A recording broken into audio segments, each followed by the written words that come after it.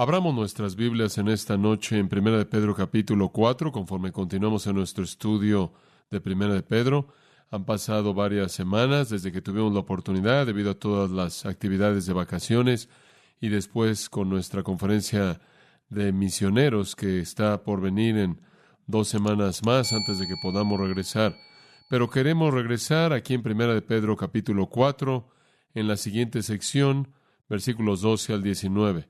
Primera de Pedro, capítulo 4, versículos 12 al 19. Permítame ver si puedo presentarle este texto, darle una idea de lo que Pedro está escribiendo y por qué está diciendo lo que él está diciendo por tan solo un momento. El 19 de julio, en el año 64 después de Cristo, Roma ardió mientras que Nerón tocaba el violín. Ese es un punto algo famoso en la historia. Todo el mundo se acuerda de que Roma ardía y Nerón tocaba el violín. Pero eso tiene un impacto significativo en la escritura de esta epístola. Permítame darle algo de trasfondo. La gran ciudad del mundo antiguo fue consumida ese día en un holocausto increíble de fuego.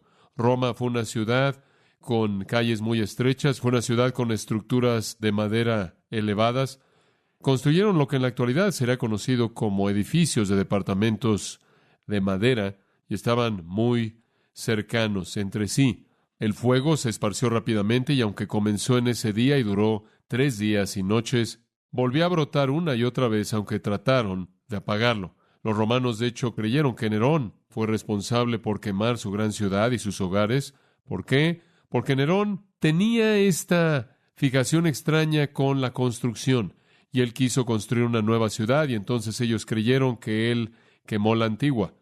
Él estuvo ahí en la torre de Mesina y vio con gusto cómo la ciudad se quemaba hasta el suelo. De hecho, se dice que él quedó encantado por lo hermoso de las flamas. La gente que trató de extinguir el incendio fueron estorbados por sus soldados y nuevos incendios fueron comenzados. La gente estaba absolutamente devastada. Perdieron todo. El templo de Luna, la Ara Máxima, el gran altar, el templo de Júpiter, la imagen de Vesta, sus hogares, todos los dioses de sus casas, todo se acabó y quedaron en la calle. El resentimiento obviamente fue grande, la amargura era profunda y algo mortal, y entonces Nerón necesitaba desviar la atención de sí mismo. Él necesitaba un chivo expiatorio. Entonces él escogió un chivo expiatorio, los cristianos. De manera pública, él culpó a los cristianos por incendiar Roma. Fue, francamente, una decisión ingeniosa por parte de él, porque los cristianos ya eran víctimas de odio y ya eran víctimas de calumnia.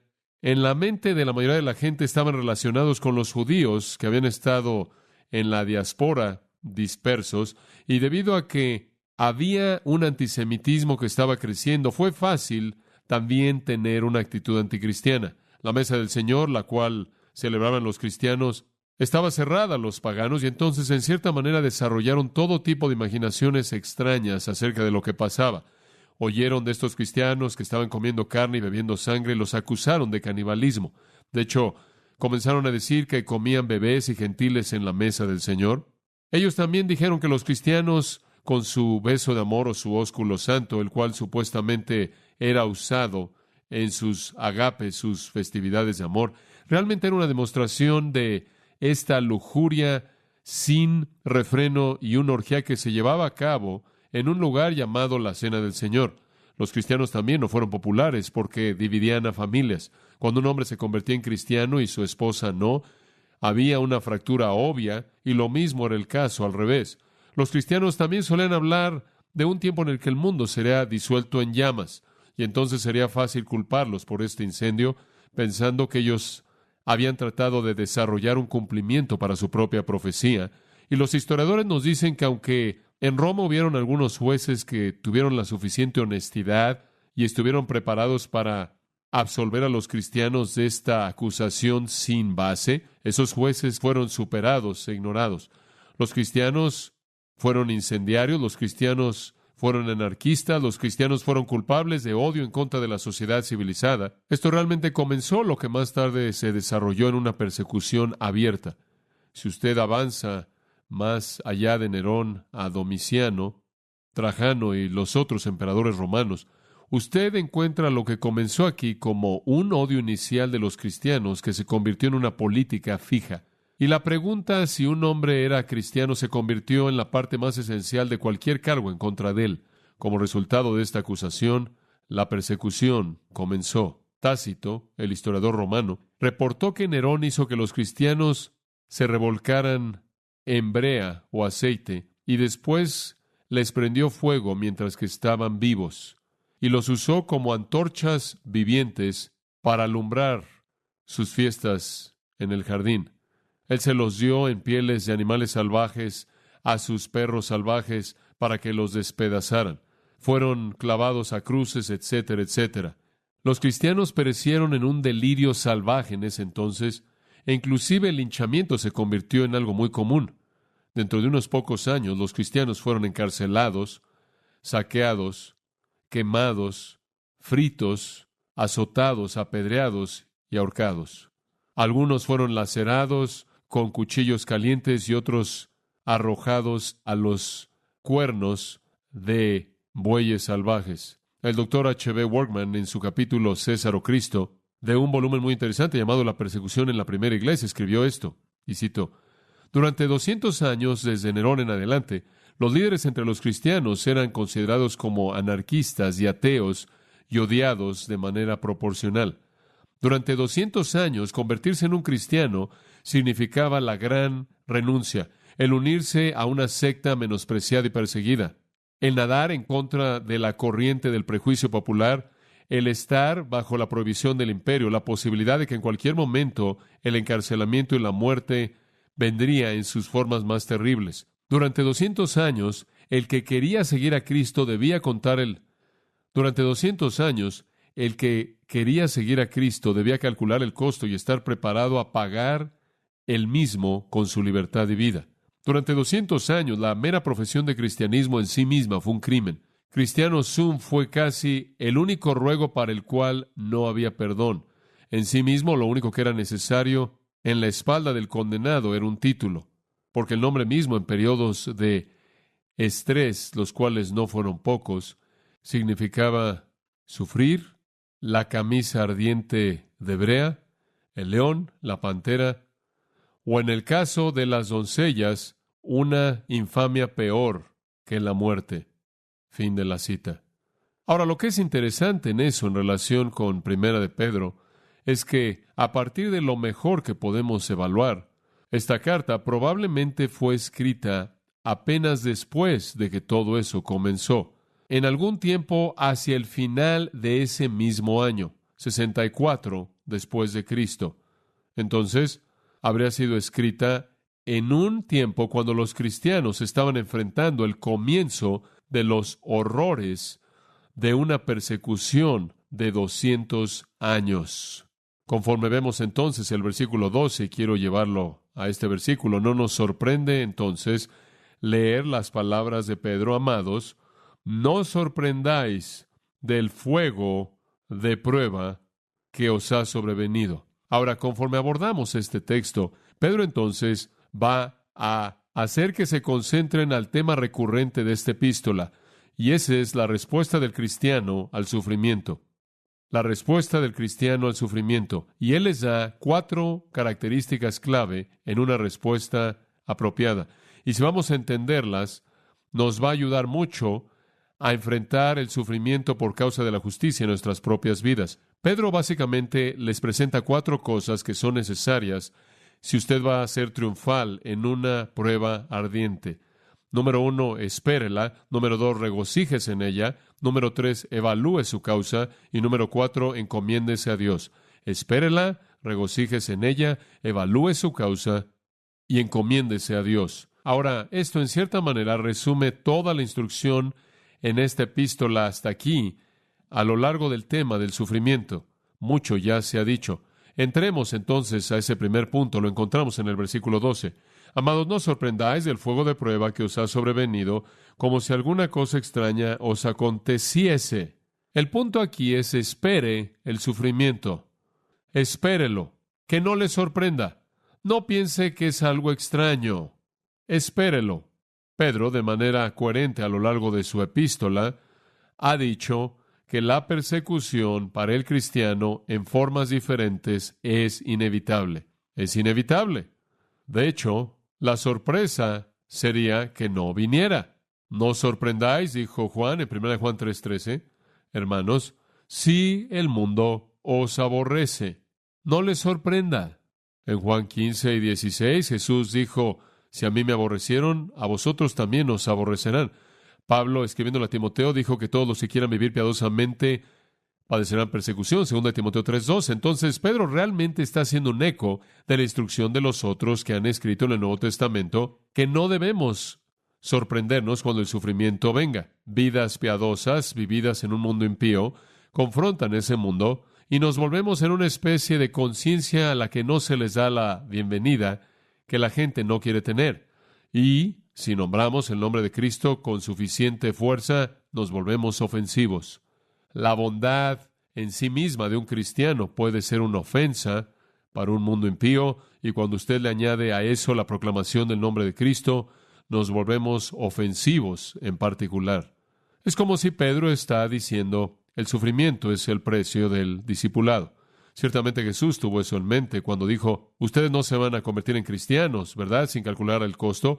Nadie jamás construye una torre sin calcular el costo.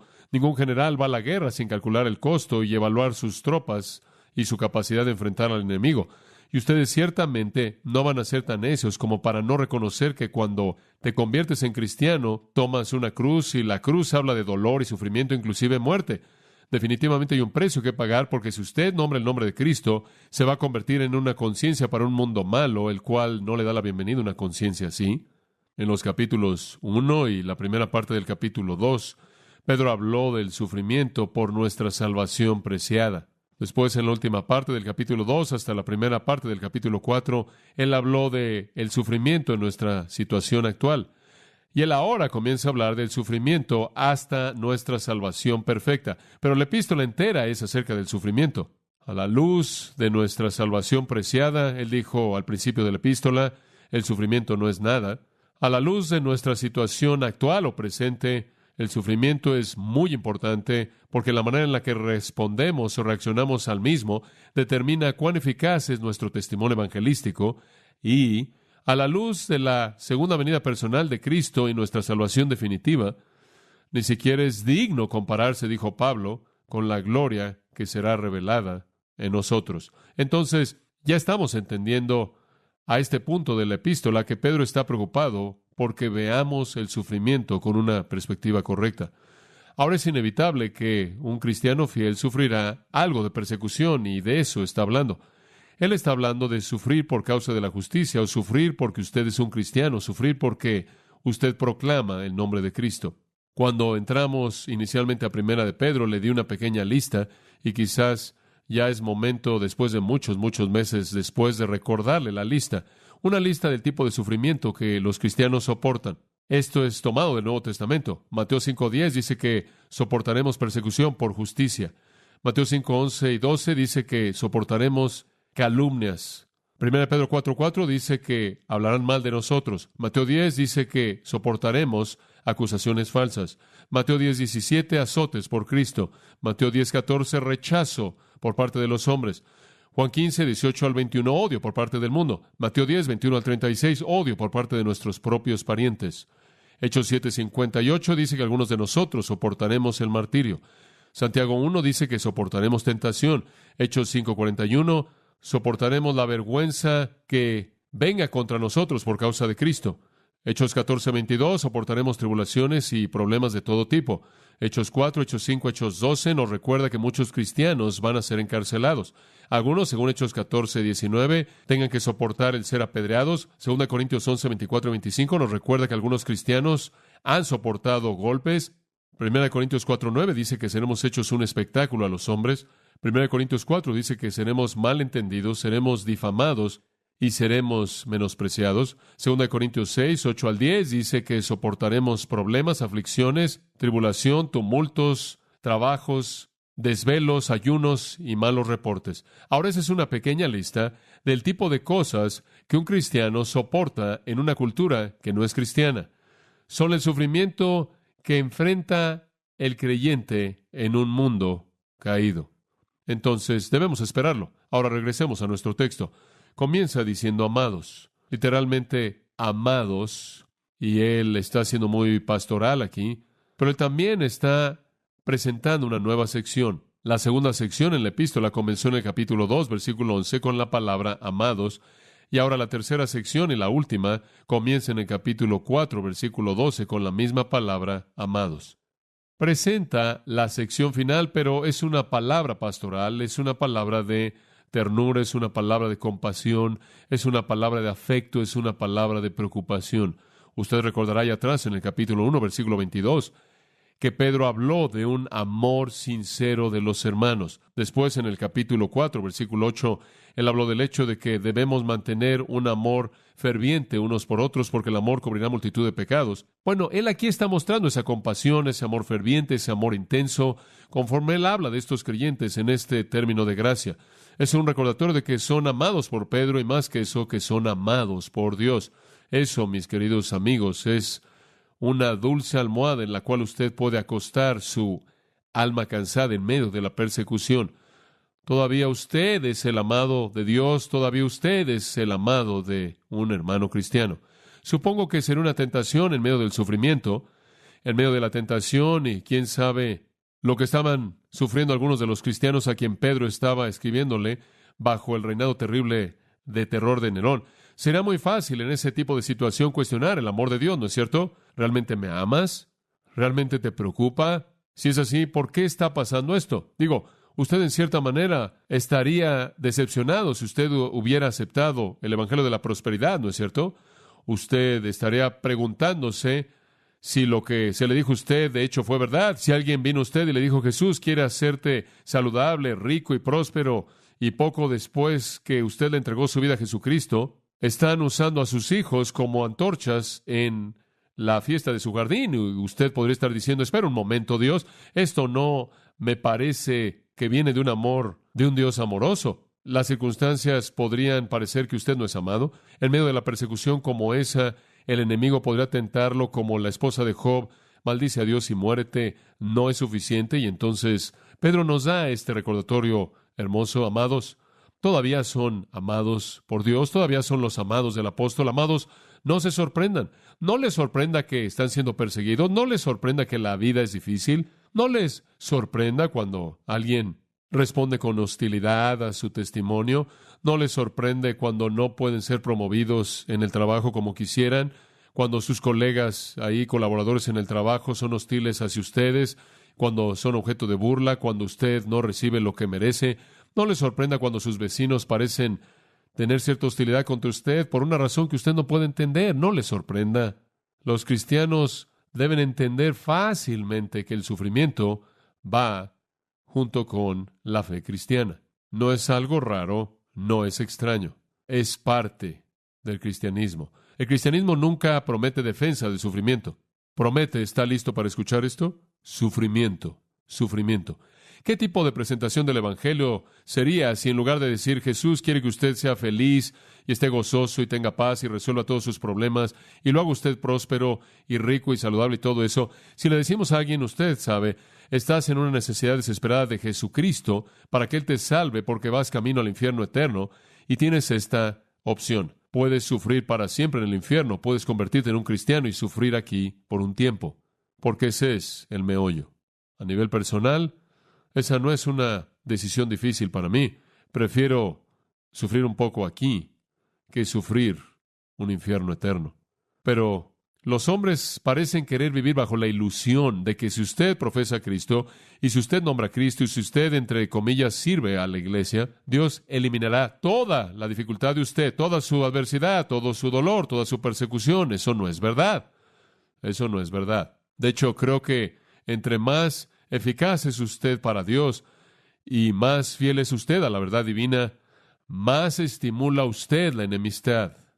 Usted se convierte para aquellos que creen un aroma de vida para vida, pero aquellos que no creen un aroma de muerte para muerte. Entonces, no les sorprenda el fuego de prueba que os ha sobrevenido. Ahora, ¿qué significa eso? Bueno, literalmente el término es un incendio. La palabra es usada para un horno. En el Antiguo Testamento, la Septuaginta, la cual es la traducción griega del hebreo, es usada para horno. En el Nuevo Testamento tiene la idea también de horno.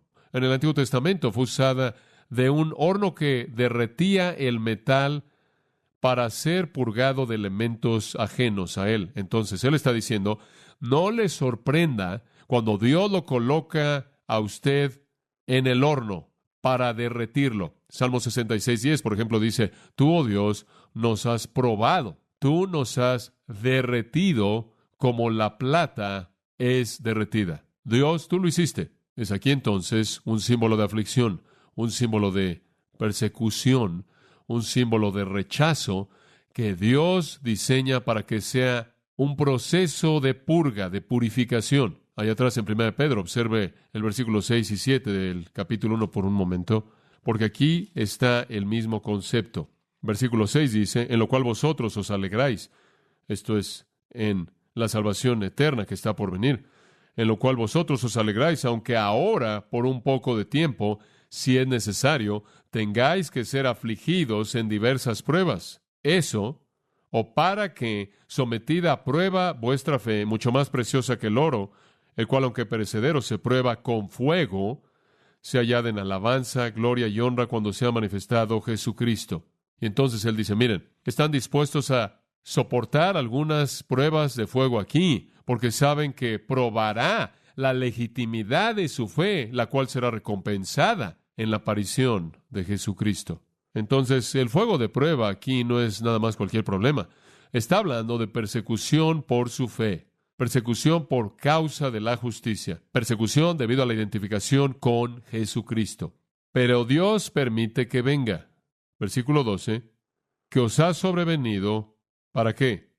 Para que sea una prueba. Dios permite que venga porque prueba la legitimidad de su cristianismo. ¿Se acuerda usted de la parábola de nuestro Señor Jesús, la parábola de las tierras? ¿Y se acuerda de que parte de la semilla cayó en suelo pedregoso y entró a la tierra y de pronto una planta salió del suelo? Pero dice que había roca debajo de la tierra y las raíces no podían penetrar para obtener el agua, y cuando vino el sol, quemó esa planta y nunca dio fruto. Y nuestro Señor estaba describiendo el tipo de persona que oye el mensaje del Evangelio, tiene una respuesta emocional, da cierta apariencia de reacción, pero debido a que la tierra del corazón realmente nunca ha sido cultivada, tan pronto como viene la tribulación, desaparecen. Entonces, esto es exactamente lo que Pedro está diciendo. El sufrimiento por causa de Cristo revela quién es genuino, ¿verdad? Los farsantes no se van a quedar. Esa es la razón por la que a lo largo de los años siempre hemos dicho que la iglesia perseguida es la iglesia pura. Esa es la razón por la que nos preocupamos por Rusia y Europa Oriental, porque ahora están abiertas.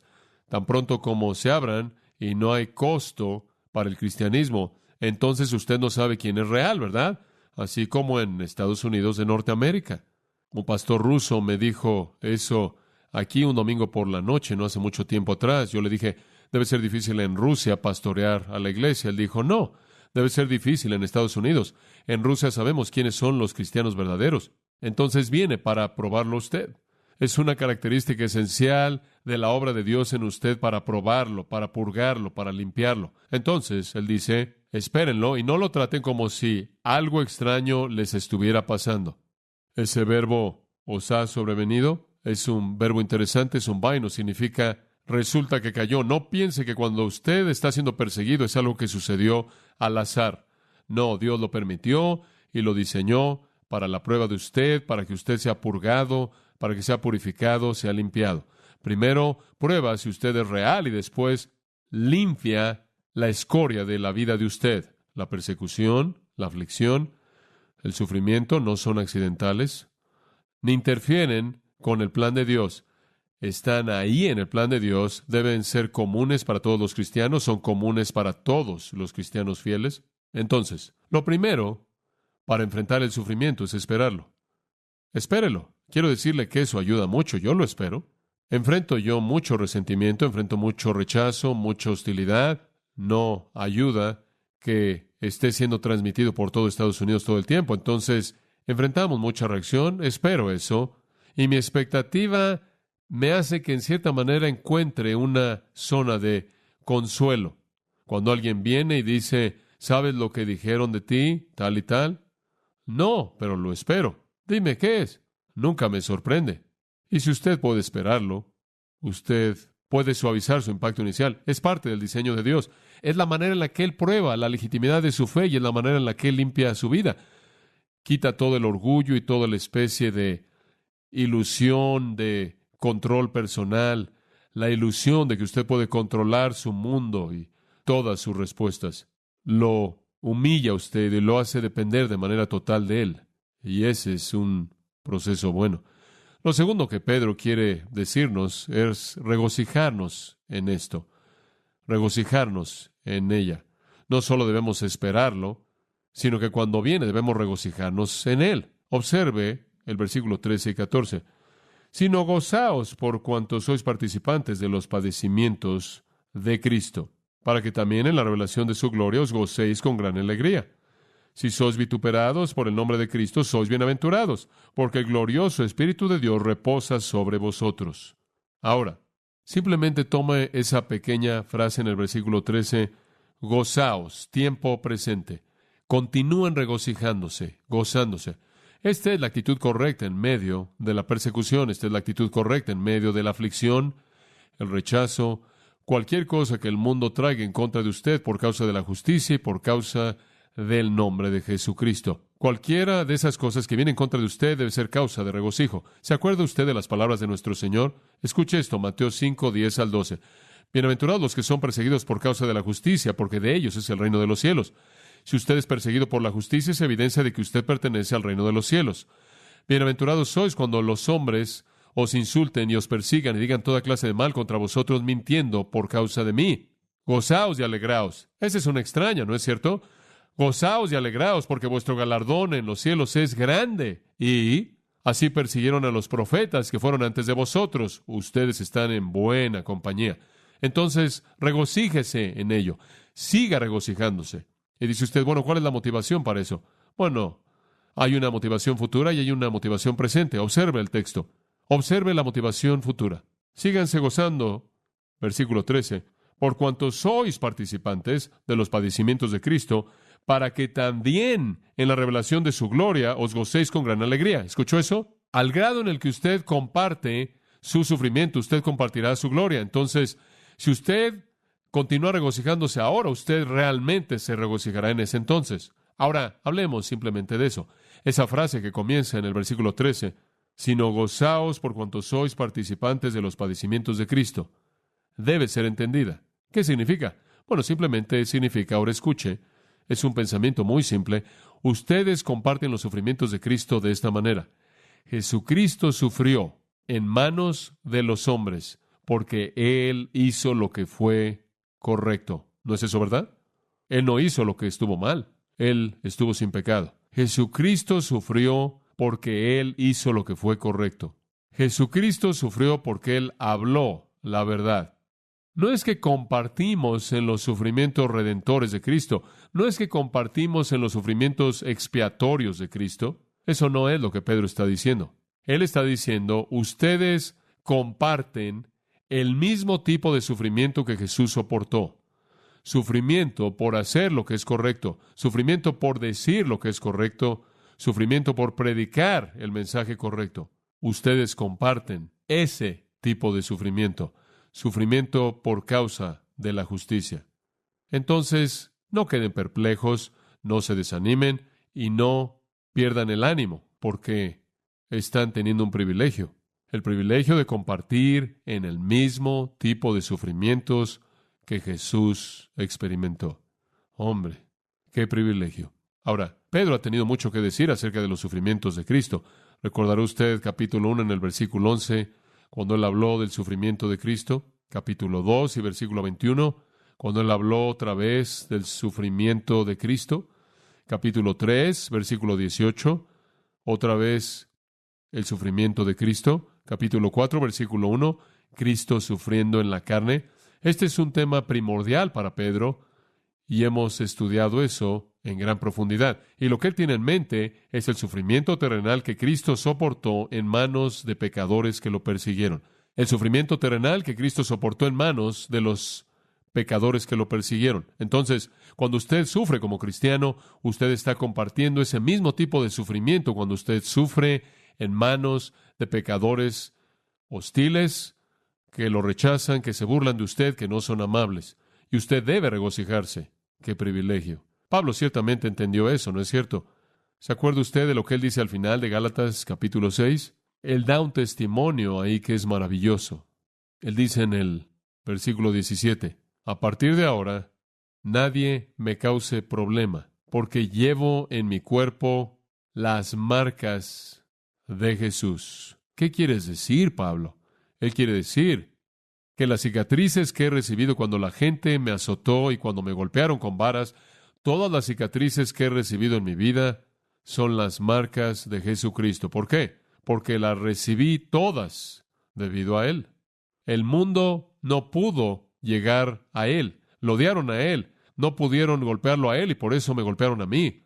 Y Él dice, esa es mi placa de honor. Es como si Él hiciera a un lado su túnica y dijera, ¿quieres ver mis trofeos? Llevo en mi cuerpo las marcas que le habrían sido dadas a Jesús si Él hubiera estado aquí, pero me las dieron a mí porque yo nombré su nombre. En Filipenses, el mismo apóstol, capítulo 1, versículo 29, nos recuerda a todos nosotros que nos ha sido concedido por causa de Cristo no solo que creamos en Él, sino también que suframos por causa de Él y que experimentemos el mismo conflicto que Pablo estaba teniendo. Cualquier persona que es un cristiano fiel, viviendo en un mundo hostil, a un grado u otro, va a recibir sufrimiento. ¿Se acuerda usted en el capítulo 3, versículo 10? Pablo dijo, quiero conocer la participación de sus sufrimientos, quiero conocer el consuelo que viene a mí del que ha soportado todo lo que yo soportaré, y él lo ha soportado inclusive más que yo. Él ve ahí una especie de vínculo entre él mismo y el Cristo que estuvo sufriendo. En Colosenses 1:24 él dice, me regocijo en mis sufrimientos por causa de vosotros, y en mi carne comparto a favor de su cuerpo, llenando lo que falta en las aflicciones de Cristo. En otras palabras, dijo lo mismo que en Gálatas. Yo llevo cicatrices de las heridas que eran para Cristo. Y de nuevo le recuerdo esa gran verdad. Pablo estuvo dispuesto a recibir los golpes por Cristo, quien recibió los golpes por él. Entonces, cuando sufrimos, compartimos con Cristo. No en su sufrimiento expiatorio, sino en el mismo tipo de sufrimiento, sufrimiento por causa de la justicia, y un paso más allá de eso, literalmente estamos recibiendo los golpes que son para Él. Los pecadores lo odian a Él, solo nos odian a nosotros porque lo odian a Él. Y recibimos los golpes que de otra manera le darían a Él. Usted podría imaginarse que será diferente si Jesús regresara al mundo en la actualidad. Le harían lo mismo en la actualidad que le hicieron la primera vez. Si necesita prueba usted, observe cómo el mundo trata a los cristianos. Después él dice, de regreso a nuestro versículo, y queremos entender toda gran verdad aquí lo más que podamos. Él dice, síganse gozándose, para que también en la revelación de su gloria os gocéis con gran alegría. Ahora, la revelación de su gloria es lo que Lucas 17:30 llama el día en el que el Hijo del Hombre es revelado. Es su segunda venida. Por cierto, un pequeño comentario teológico al margen. Jesús ahora está glorificado. No olvide eso. Él ahora es glorificado, pero su gloria todavía no ha sido revelada en la tierra. ¿Lo entiende? Él está glorificado en Juan 17, cuando Él dijo, devuélveme la gloria que tuve contigo antes de que el mundo comenzara. Esa gloria le fue dada cuando Él ascendió y regresó a la diestra del Padre. Él está glorificado, pero su gloria todavía no ha sido revelada. Todavía no ha sido revelada para que el hombre la vea. Pero en la revelación de su gloria, cuando Él venga en gran gloria, Mateo 24, versículos 29 y 30, Mateo 25, creo que es el versículo 31, ambos hablan de que Cristo regrese en gran gloria. Bueno, en ese día, cuando Él regrese en la revelación de su gloria, Él dice, entonces os gocéis con gran alegría. Dice usted, ¿qué significa eso? Bueno, es una palabra más fuerte que la primera. Cuando Él dice, gozaos o síganse gozando, Es la palabra kairo, es la palabra normal para gozo. Pero cuando él dice, gocéis con gran alegría, lo que significa es exaltarse y regocijarse con un gozo cautivador, realmente regocijarse. Sería la diferencia en inglés si dijéramos, continúa estando feliz. Y si continúas estando feliz algún día, estarás en éxtasis de felicidad. Esa es la idea. ¿Y qué está diciendo él? Si usted es fiel en sufrir y recibir la persecución por causa de la justicia en esta vida, llevando, por así decirlo, las marcas de Cristo, entonces algún día, cuando Él aparezca, usted realmente se regocijará. Usted realmente se regocijará con un gozo cautivador, un gozo incomparable, sobrepasando al resto de los otros gozos. El punto de Pedro es bastante claro. Si usted sufre por él aquí, regocijándose en el privilegio de tal participación en sus sufrimientos y recordando que al grado en el que usted sufra aquí será el grado en el que usted recibirá gloria en su revelación, usted sabe entonces que se puede regocijar ahora porque usted se regocijará mucho entonces. Su recompensa eterna le traerá gozo eterno. Ahora, si tuviéramos tiempo, podremos entrar en un estudio más profundo, pero permítame tan solo darle la idea. Su recompensa eterna reflejará directamente su sufrimiento. Su recompensa eterna reflejará directamente su sufrimiento. Su sufrimiento reflejará hasta cierto grado su fidelidad. Su fidelidad. Digo, si usted es un cristiano en secreto, usted no va a sufrir mucho. Si usted es un cristiano valiente, agresivo, fiel, que confronta, usted va a sufrir. Pero su gloria eterna reflejará la recompensa de Dios por eso. Escuche las palabras de Jesús en Lucas 6:22. Bienaventurados sois cuando los hombres os aborrecen y los insultan y maldicen vuestro nombre como malo por causa del Hijo del Hombre. Escuche esto. Ested gozosos en ese día. Escuchen esto. Y salten, dice el griego. Estén tan felices que están saltando. Estoy siendo perseguido, estoy siendo perseguido. Porque aquí vuestra recompensa es grande en el cielo.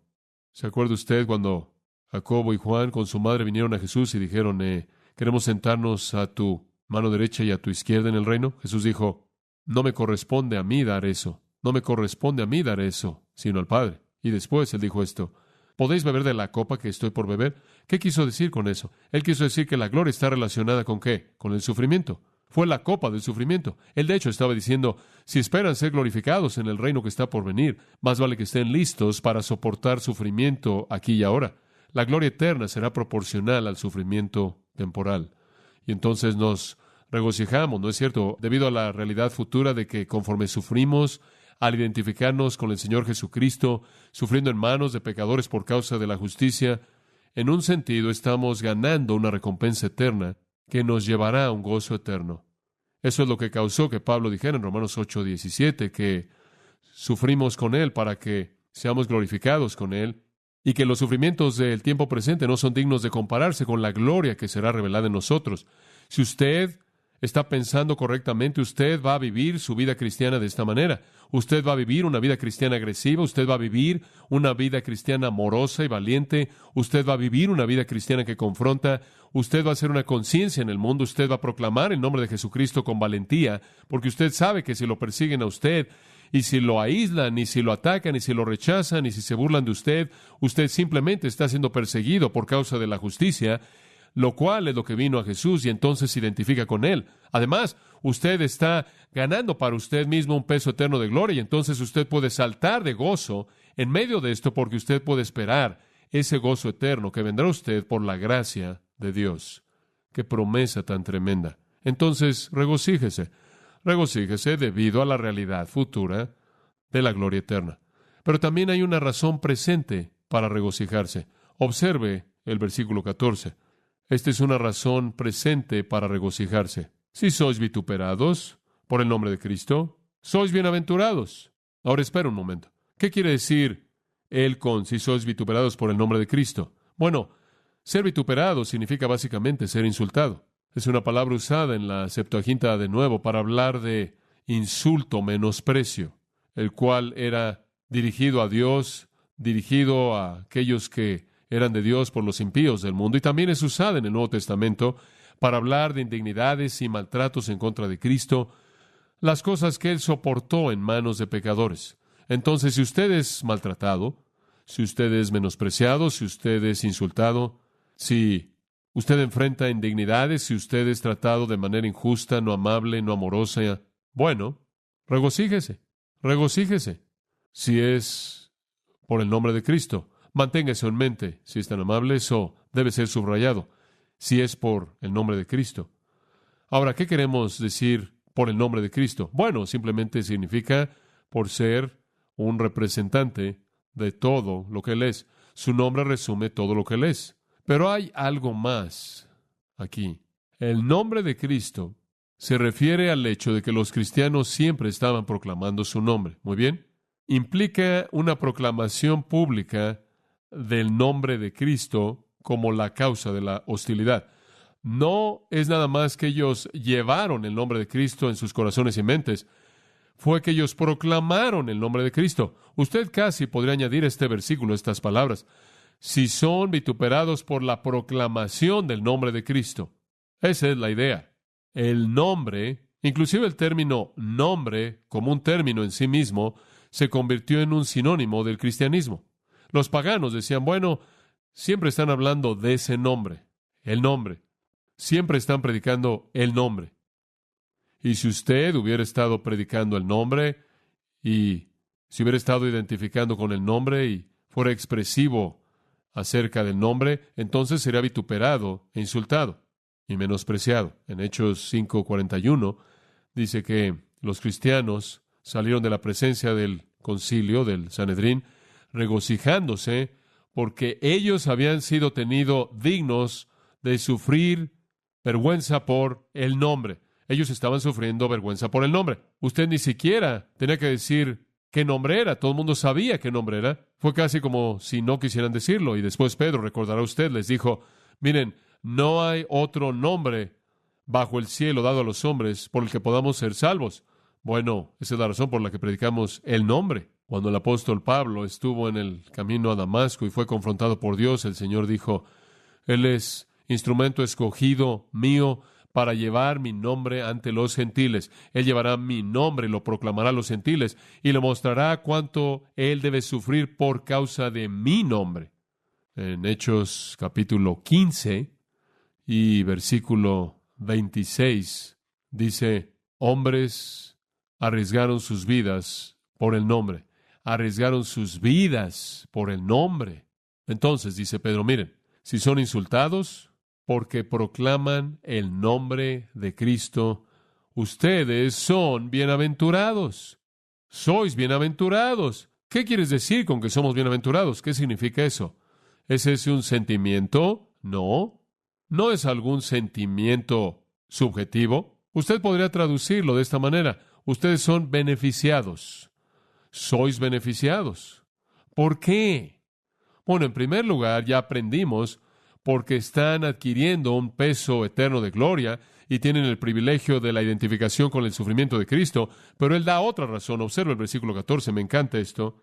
Porque ustedes son bienaventurados, porque el glorioso Espíritu de Dios reposa sobre vosotros. Él no está diciendo son bienaventurados, punto. Usted no nada más está diciendo, oh, esta es una gran bendición. No, esta no es una bendición sin ser descrita. Aquí está la bendición. Ustedes son bienaventurados porque el glorioso Espíritu de Dios reposa sobre vosotros. La bendición no es felicidad subjetiva, es presencia objetiva. ¿Escuchó eso? No es felicidad subjetiva, es la presencia objetiva y el poder del Espíritu Santo. Usted es bienaventurado en medio del sufrimiento por causa de la justicia porque el Espíritu de Dios viene sobre usted. Hombre, qué afirmación. El Espíritu de Dios, en primer lugar, es llamado el glorioso Espíritu de Dios. ¿Qué significa eso? Bueno, podría decirlo de otra manera. El Espíritu que tiene gloria. El Espíritu quien es glorioso. El Espíritu quien tiene gloria como su atributo esencial. ¿Cree usted que ellos supieron lo que eso significaba? Seguro. Ellos supieron lo que eso significaba. Ellos sabían todo acerca de la gloria Shekinah de Dios y ellos sabían que el único ser que tuvo gloria fue Dios en el Antiguo Testamento. La gloria de Dios fue representada por la luz Shekinah. La gloria Shekinah que apareció en el huerto, la gloria Shekinah que fue ese resplandor luminoso que significaba la presencia de Dios, el brillo que Moisés vio en el monte, ese brillo que vino a morar en el tabernáculo y se movió en el cielo para guiar a los hijos de Israel, ese brillo que vino al templo. La Shekinah fue la presencia de Dios.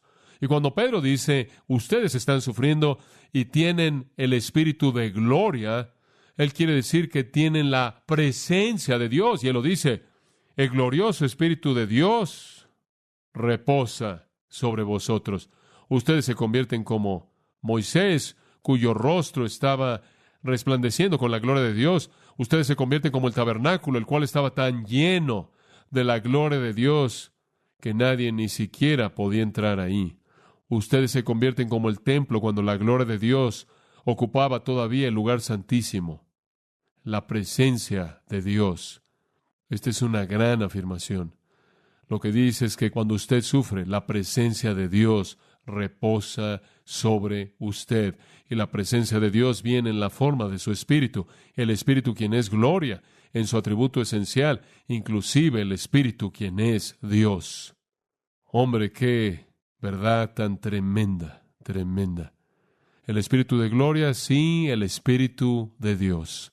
Como la Shekinah reposó en el tabernáculo y en el templo hace mucho tiempo atrás, así también la gloria Shekinah de Dios, el Espíritu Santo, en esplendor glorioso y poder reposa sobre los cristianos que están sufriendo. Ahora, ¿qué significa esa palabra reposa?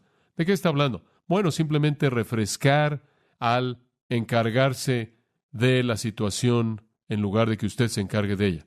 Reposo en el sentido de refrescar al encargarse de la situación, al convertirse en el poder dominante en medio de su sufrimiento. Quizás la mejor ilustración de esto sería que me acompañara a Hechos capítulo 6 por un momento y vea el testimonio de un siervo maravilloso de Dios, llamado Esteban.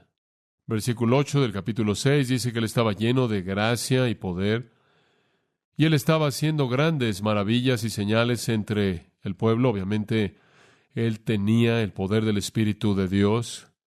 Y cuando él estaba siendo perseguido, al final del capítulo 6, lo acusaron de blasfemia. Versículo 12, lo arrastraron, se lo llevaron, dieron testimonio falsamente en contra de él. Y el versículo 15 dice, y fijando su mirada en él, todos los que estaban sentados en el concilio vieron su rostro como el rostro de un ángel. Yo creo que el Espíritu de gloria, sí, el Espíritu de Dios, reposó sobre él. ¿Qué es el rostro de un ángel? ¿Qué significa? No creo que significa como un foco. Creo que significa paz, serenidad, tranquilidad, un gozo gentil, sin ser afectado en lo más mínimo por toda la hostilidad. Y después, en el capítulo 7, versículo 54, después de que él les hubo hablado, estaban tan enfurecidos que literalmente comenzaron a crujir sus dientes contra él, versículo 54, pero él estaba lleno del Espíritu Santo. Entonces miró fijamente el cielo y vio la gloria de Dios y Jesús estando de pie a la diestra de Dios. Él literalmente estaba separado de la situación. Él estaba viendo la gloria de Dios. Él estaba viendo a Jesucristo. Su rostro estaba ocupado únicamente con esa escena trascendente y ellos estaban crujiendo sus dientes en enojo y furia. Y él dijo, he aquí veo los cielos abiertos y al Hijo del Hombre estando de pie a la diestra de Dios. ¿Sabe usted lo que pasó? El Espíritu de gloria y gracia vino sobre él, el Espíritu de Dios vino sobre él y literalmente se apoderó de él, se apoderó de su mente, tomó el control de su vida para que él viera más allá de la hostilidad a la gloria de Dios. Y corrieron en contra de él gritando y cubriendo sus oídos para que no oyeran lo que él dijo. Lo sacaron de la ciudad y comenzaron a apedrear.